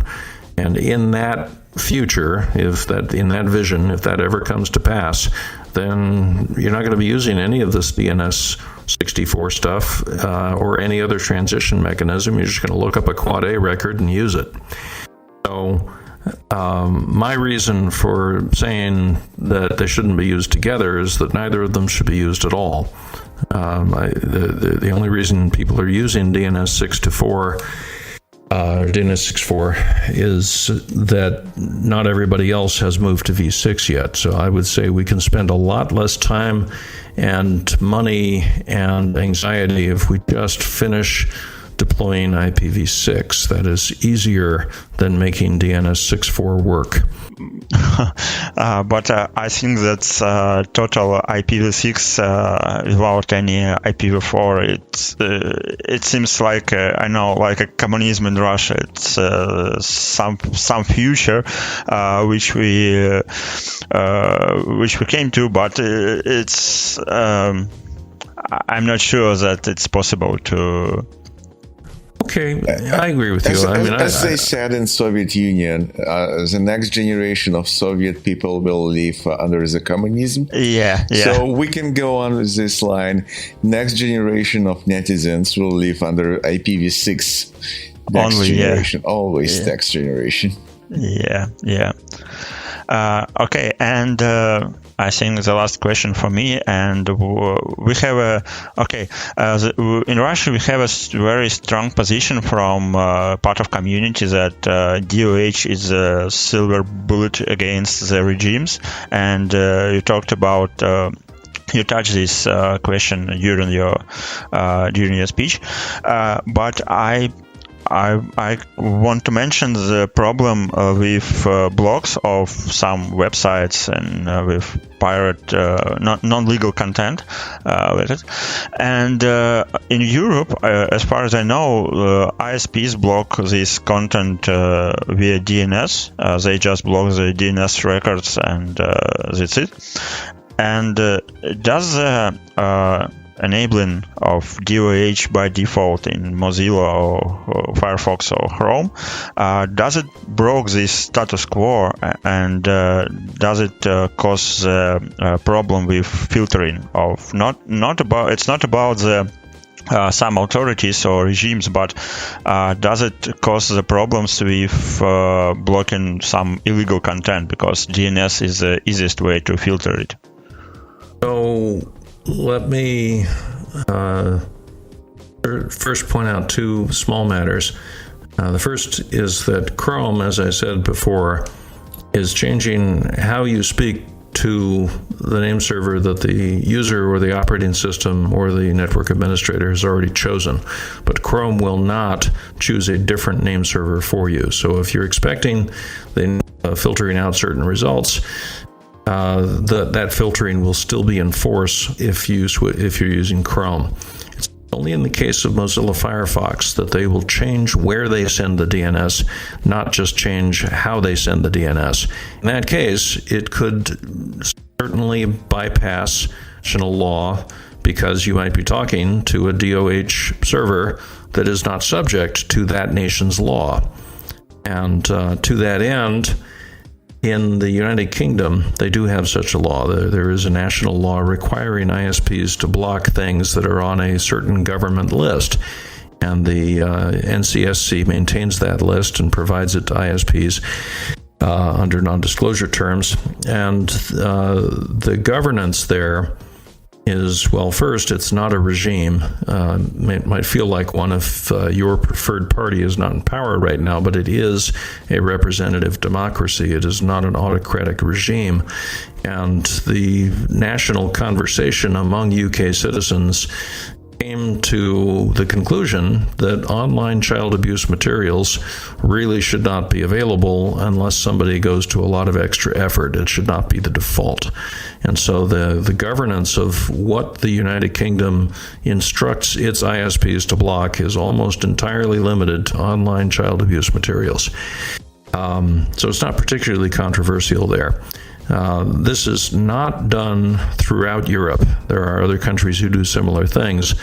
But what I want to point out is that under GDPR, this is permitted, but under GDPR, the surveillance of end-user DNS transactions is not permitted, which means that anyone who is in a European country, which I guess no longer includes the UK, but if they're in a place where GDPR is the law of the land, they don't need to worry about whether they can or cannot trust their ISP. They can just keep using the ISP's name server, because if the ISP misbehaves, they've got a lot of bigger problems than whether you're angry with them, because they'll be breaking the law, and that law is actively enforced there.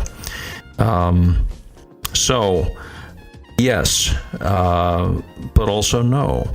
Because when Mozilla announced the plan where they said, hey, we're going to change everybody's default, not just for new installations, but for all existing installations. We're going to publish a patch to Firefox that is going to just go in and change where it sends its DNS requests. We're going to select Cloudflare for you as your DNS provider.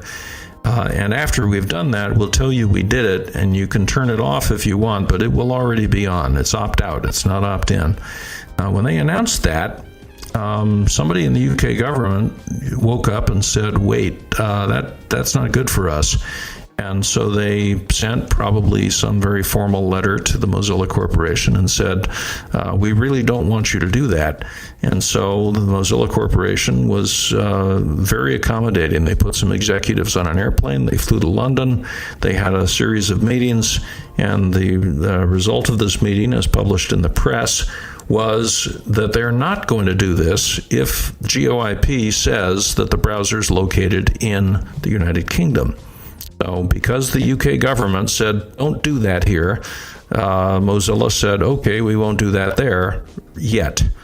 They didn't promise to never do it. They just said, we won't do it right now. When we do it to the US, we will not do it to England, Scotland, Wales, or Northern Ireland. So this was a very interesting moment for me because it's been a long time since you had corporations dictating terms to governments, right? Certainly the crown corporations like the British East India Company used to dictate terms to various colonies, but that at least was a crown corporation. Mozilla is just a little nonprofit in California. It's like, why do they get to tell Britain how they're going to behave? But beyond that, it also provoked a couple of questions. Does that mean that every other browser vendor and every other app vendor who decides that they are going to bypass the local name server also has to make a trip to London in order to find out how London feels about it? Are they all going to do it? Is London the only place they have to go? There are, after all, 246 country codes in the DNS zone root file or root zone file. How many of those are real countries, and how many of them want to have their own separate discussion with Mozilla, and with Apple, and with Microsoft, and with every IoT vendor and every application vendor? It doesn't sound like it's going to scale. I don't think that we're going to see any more conversations like the one we had between Mozilla and the UK government. I think that was a one-time event, and after this, all hell breaks loose and everybody does whatever they want. And yes, so the ultimate answer to your question is yes, national law will be trampled by this innovation. Okay, thank you very much. Alexander? Yes, and before we will finish this episode of our podcast, what just I want to say, we have a lot of security questions today. We have discussions about that, and this is awesome. But as you mentioned earlier, the security is sort of the buzzword of our present, and the security of that protocol, of this application, etc., etc. But should we also see on the DNS, like,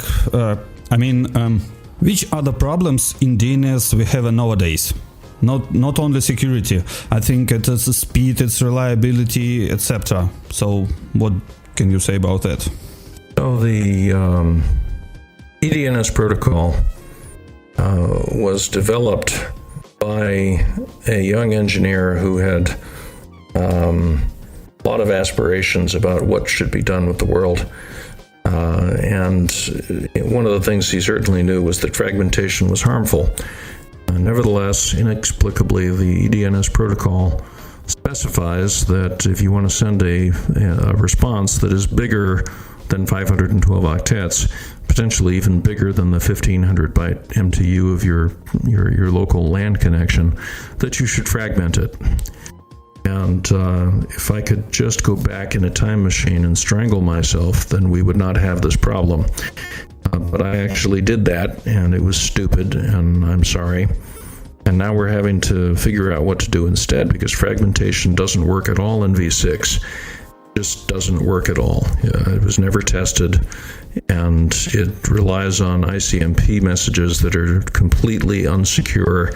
So fragmentation will never work in v6, period.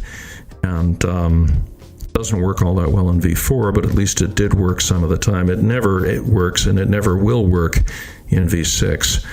But now we're working on taking fragmentation out of the DNS protocol. And that means we have to find some other way to decide what is the largest message we're willing to send. And there's a whole argument about, is it 1280, which is the IPv6 MTU, or is it 1500, which is the Ethernet MTU? What is the actual maximum that we can really send to avoid fragmentation? So that's a big problem we're facing right now. And that problem actually yanks in another problem. 1500 was a reasonable size for an Ethernet packet in 1987 because we had 10 megabits per second to play with, and if you sent the minimum size packet that you could possibly send, which was, I think, 60 bytes, and you sent as many as you could, and you put them back to back, minimum spaced, minimum size packets, then the most you could possibly get in 10 megabit Ethernet was about 14,000 packets per second.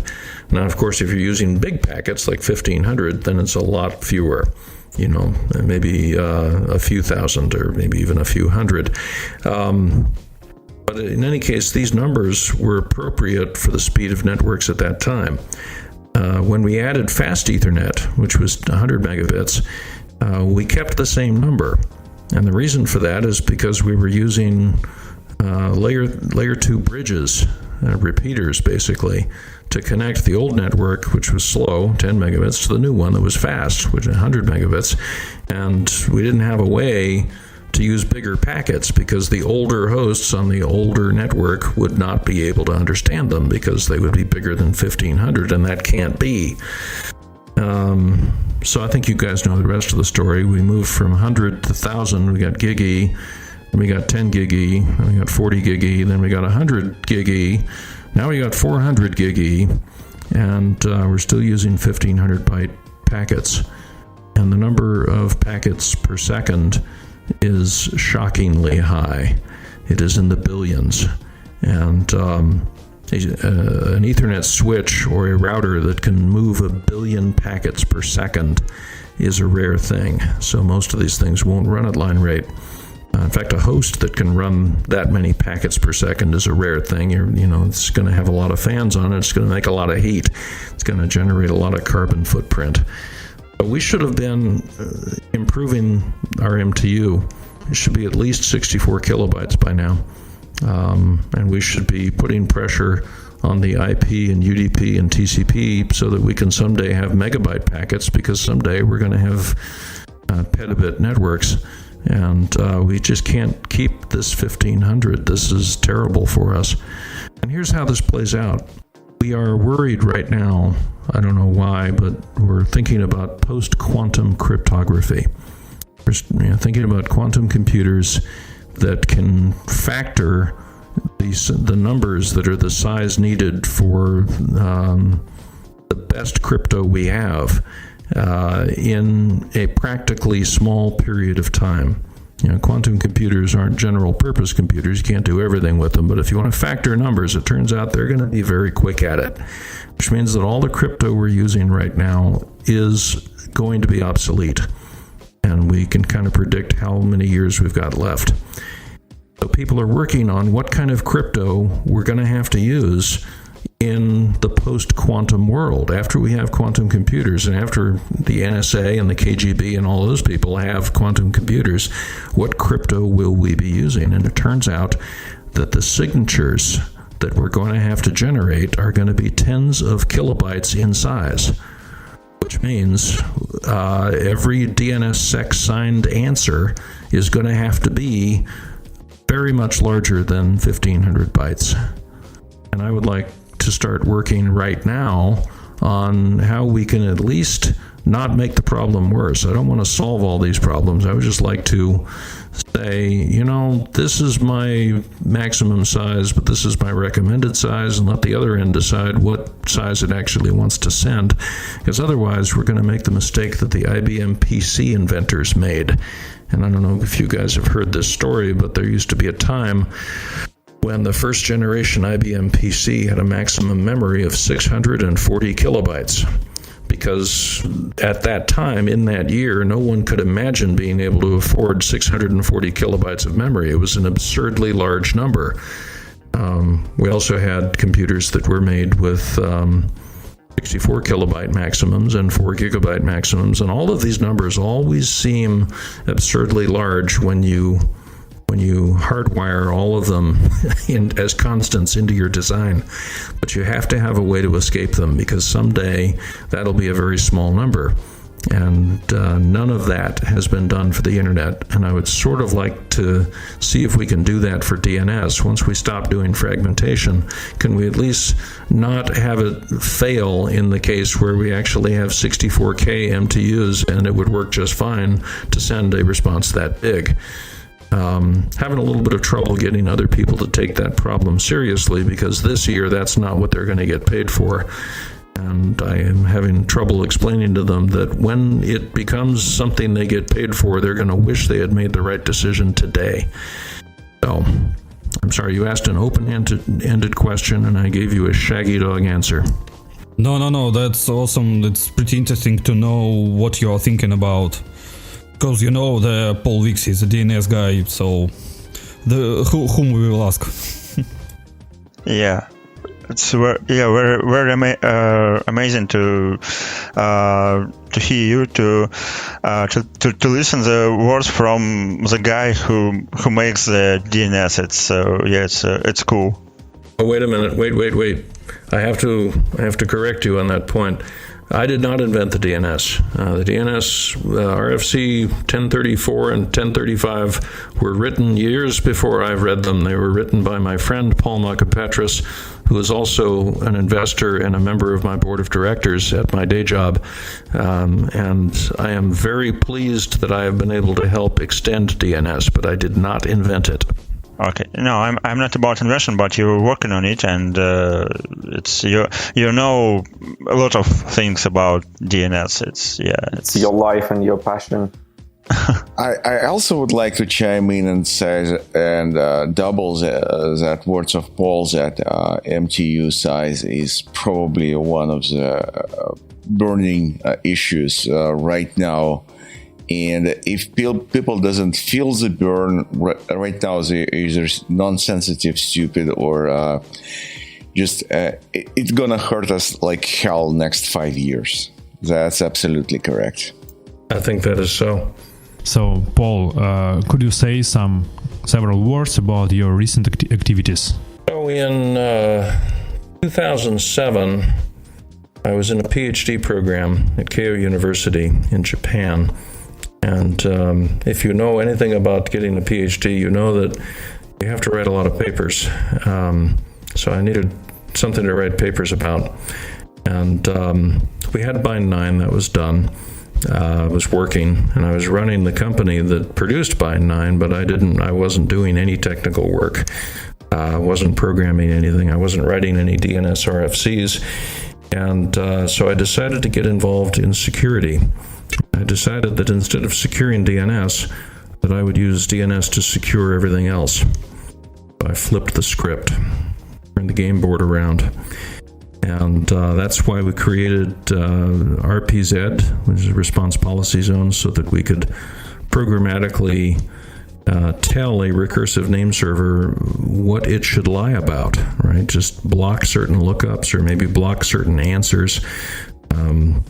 We also decided to figure out how to stop authoritative name servers from being used as DDoS amplifiers, because they're very powerful machines and they tend to answer every question that comes to them, even if the source of that question is fake, like it's a DDoS victim. So we came up with a way to do response rate limiting in a way that would pretty much stop that from happening, and that's been very effective. The biggest thing I did, what I'm working on even now today in 2020, was that I started a passive DNS network where we begin to gather the DNS traffic that is coming upstream from a recursive name server.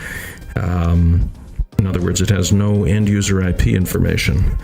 And then we gather the question and the answer, and we put it together into a DNS transaction message, and we save that. We send that to a data center, which then processes it, deduplicates it, filters it, does all that sort of thing, but then builds a passive DNS database. And we've been working on that since 2008, and we went into production in 2010. Actually left the nonprofit company that I had started to do the bind work. That was Internet Systems Consortium. I left that company in 2013 to form a new company, a commercial company called Farsight Security, where I work today. And we have a very large global network of recursive name server operators who have agreed to operate a passive DNS sensor. And we have a database that contains the observed content of the DNS going back to 2010. And we use that in investigations. We also license the API to other people who want to investigate it.